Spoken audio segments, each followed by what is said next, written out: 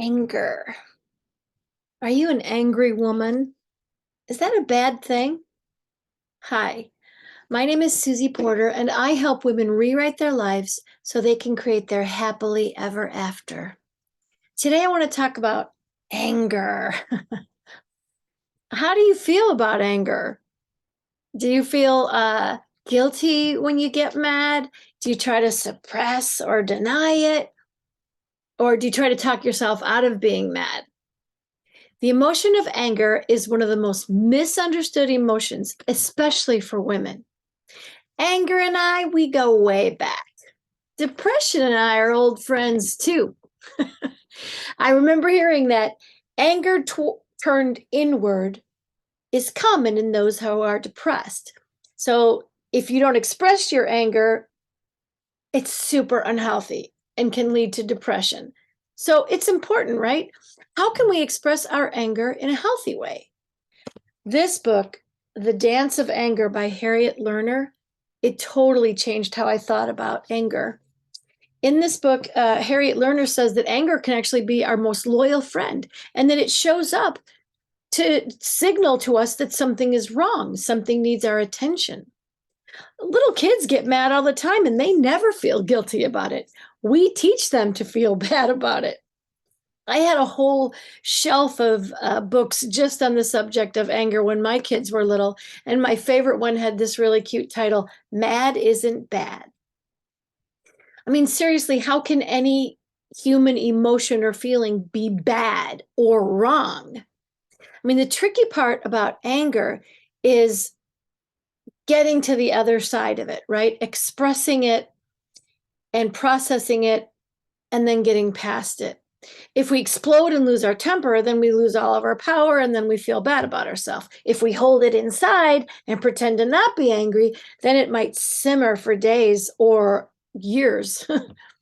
The way to deal with anger is to acknowledge it right away. And actually, anger is a secondary emotion. I remember when I learned this, it made so much sense, right? The primary emotion that we might have felt before we finally get to the point of being angry is we might have felt hurt or scared or nervous, or terrified. Anger is like the tip of the iceberg, right? And underneath the tip there could be frustration, fear, sadness, pain. By the time we feel angry, we've probably been stuffing other uncomfortable feelings inside for a while. And then when we feel anger, anger has a momentum to it. It's physical.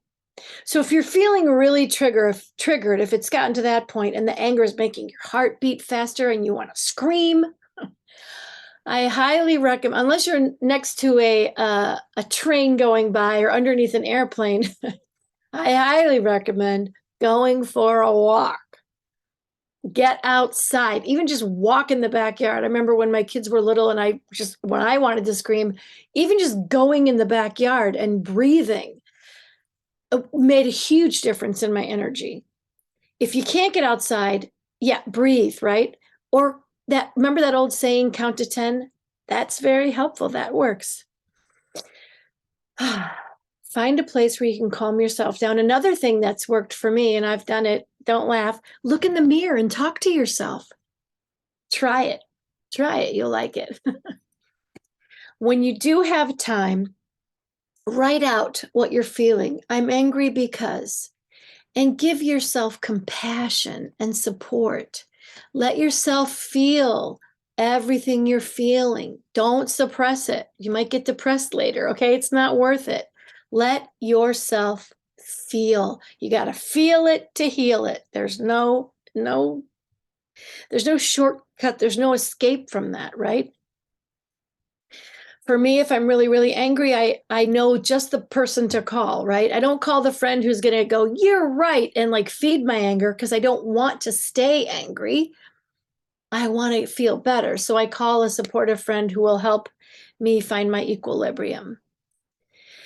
When we can learn how to manage our emotions and when we honor and respect and give our emotions the space they need to be expressed and processed, we can develop emotional maturity. It's been a long time coming for me, to be honest. And while mad isn't bad, feeling happy just feels a lot better, right? It doesn't feel good to be mad. In A Course in Miracles, in lesson 5, Jesus says, I'm never upset for the reason I think. And he writes that even though the upset may seem to be from fear or worry, depression, anxiety, anger, hatred, jealousy, and that we think all of these forms are different, it's not really true. Well, what does he mean by this?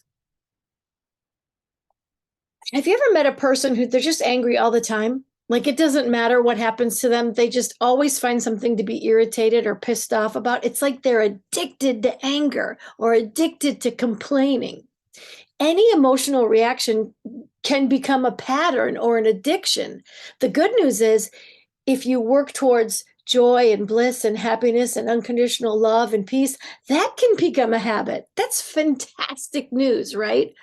But for most of us, myself included, it takes unlearning the old habit and becoming unaddicted to the old addiction, which for me was a lot of anger and a lot of pain. So the early lesson in the Course, Jesus is helping us to become aware of how our mind works, how our human brain works, and specifically how our ego works. The voice of the ego wants us to feel like shit all the time. Our misery is its cocktail party. So when Jesus says, I'm not upset for the reason that I think, he's trying to help us to uncover this deeper emotional pull towards the negative. While we're all human beings who feel a range of emotions, but we also have the ability to become aware of when and how our emotions are triggered. And we can change our focus and we can learn to release those lower emotions, right? And we can release our attachment and addiction to those emotions that surface over and over again. Yes, anger is our best friend and it's showing us what needs our attention, but we don't want to stay angry our whole life. We want to give attention to what needs our attention and then move on to the more elevated emotions that feel better, right? Because sometimes those emotions, they just run on autopilot. It's just old programming. So doing something like the Course in Miracles or meditation or any spiritual practice helps us to stop those patterns and brings awareness so that we can create new patterns, new thoughts, new beliefs, new feelings. Mad isn't bad, but it's not fun. I've spent plenty of time feeling both mad, bad, hurt, and I'm here to tell you that feeling happy and full of appreciation for life feels way, way better than feeling pissed off. There's no blame or shame or regret when it comes to anger. There are times when anger can motivate you to make positive changes, and there are times when it's appropriate. I think that we should honor our feelings, but also understand and know and be aware that we have tools that can support us to manage our emotions. The number one tool is some kind of meditation, some kind of spiritual practice that's fun for you. Go out into nature and move your body. A lot of people do yoga, but whatever, you've got to find something that you really like so you'll stick with it. I wish you emotional health, equilibrium, peace, and I wish that for you to become familiar with your anger, to befriend your anger, to embrace it, and to find a way to understand it and let it work for you instead of against you, right? Let it help you. Let it help bring clarity. If you're mad, there's a reason. Find out what that reason is, and then you can make the changes, right? So you're not mad anymore. Mad isn't bad, but glad is better. All right. Take good care of all your emotions, all your feelings. None of them are bad or wrong. Take good care of your thoughts and take good care of your body too. God bless you.